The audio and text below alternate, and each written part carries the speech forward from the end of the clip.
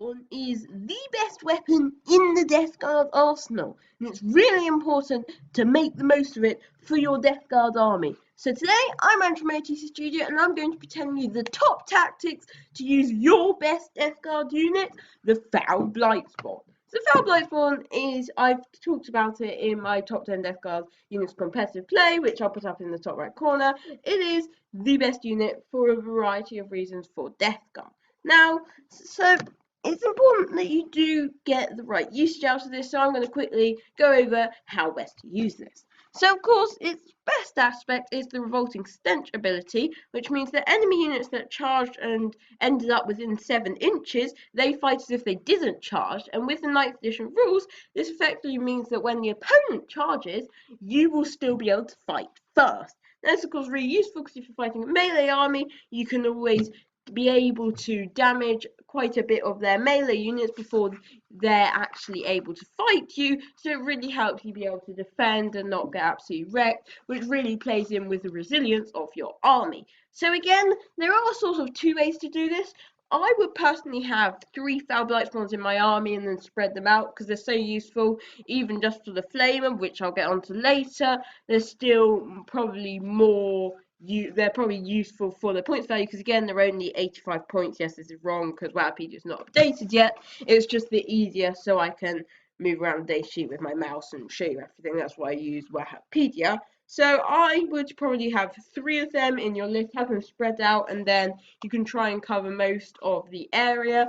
And also, of course, make sure that there's no point having this ability if they can just charge a big shooty Plague Marines unit, and consequently it won't really be worth it. If you're going to have this, you need some melee focused units at the front, and even if you've got like shooty Plague Marine units and those shooty Plague Bus crawlers, make sure to put them behind so that when they fight they'll still be charging a melee unit, unless of course you have one other unit that will instead absolutely destroy them in Overwatch, and then there are ways of them getting around that, so you should still be careful. Of course, you could also think about heroic interventions, so make sure there's no point having this if you've just got a shooter unit and it won't really make any difference.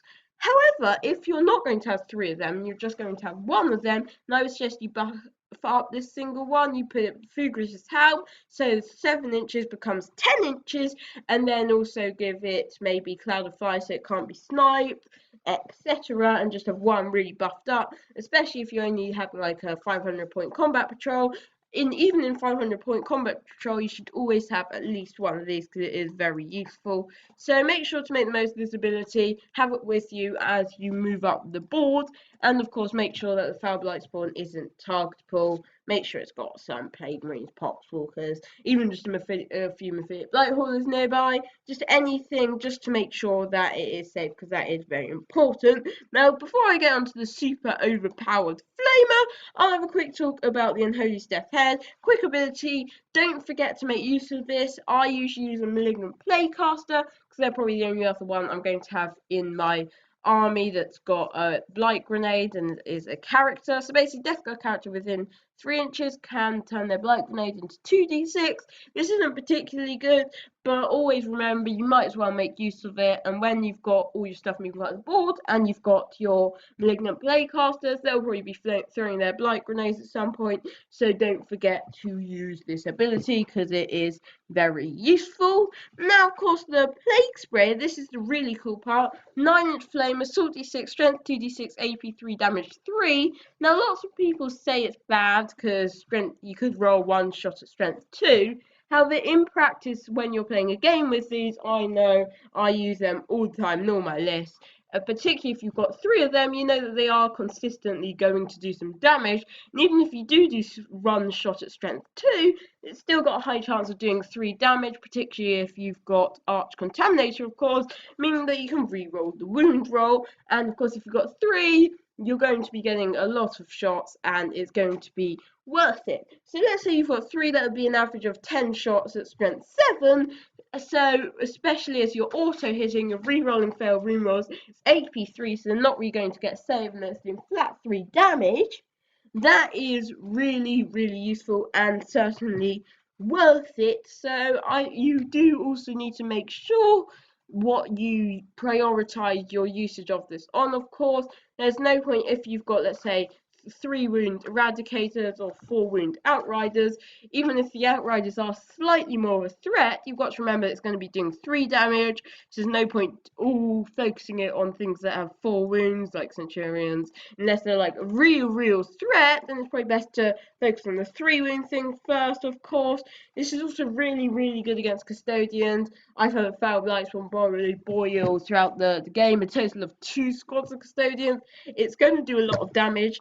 And also, don't be afraid, particularly with the extra CP, for when this isn't in range, pay a CP to get the extra 6-inch range, which of course you can do with the Wars of Spider stratagems, 15 inches, and then be able to get that shooting attack, because it is really useful. And make sure you remember to spend that CP on this particularly, because it is good.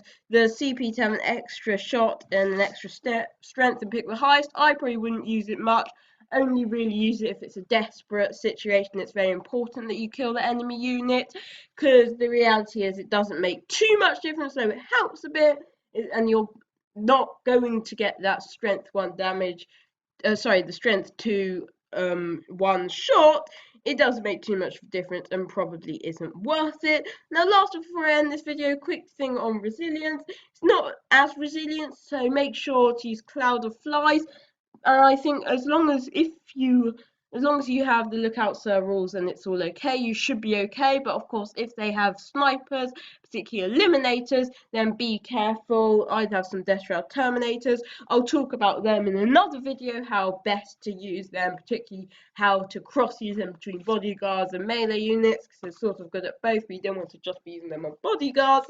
And I'll probably reference that in another video, which will be out in the future. And once that is out, it will be on the card which will pop out in the top right corner right now. I might do it in a couple of days, but it's not going to pop there now because I've not done that yet. So make sure you're careful with Resilient. Put in those Death Shroud Terminators. Of course, if you've just got one of them, then you can put Cloud of Flies if you've got Eliminators. And if the Eliminators are chewing down them, don't be afraid to spend that CP on Cloud of Flies for your last remaining one, because it is extremely important for your list that they remain alive. Now that is it for this video. I do hope you enjoyed. If you did, hit that like button, subscribe, turn on notifications. Remember to comment down below whether you have any other ideas which Death Guard units I should do next, or whether you want me to do units from other armies. I'm probably less likely to, because I know more about Death Guard and I can really help you the most with Death Guard tactics. I do hope you enjoyed. Like, subscribe, turn on notifications. But for now, bye!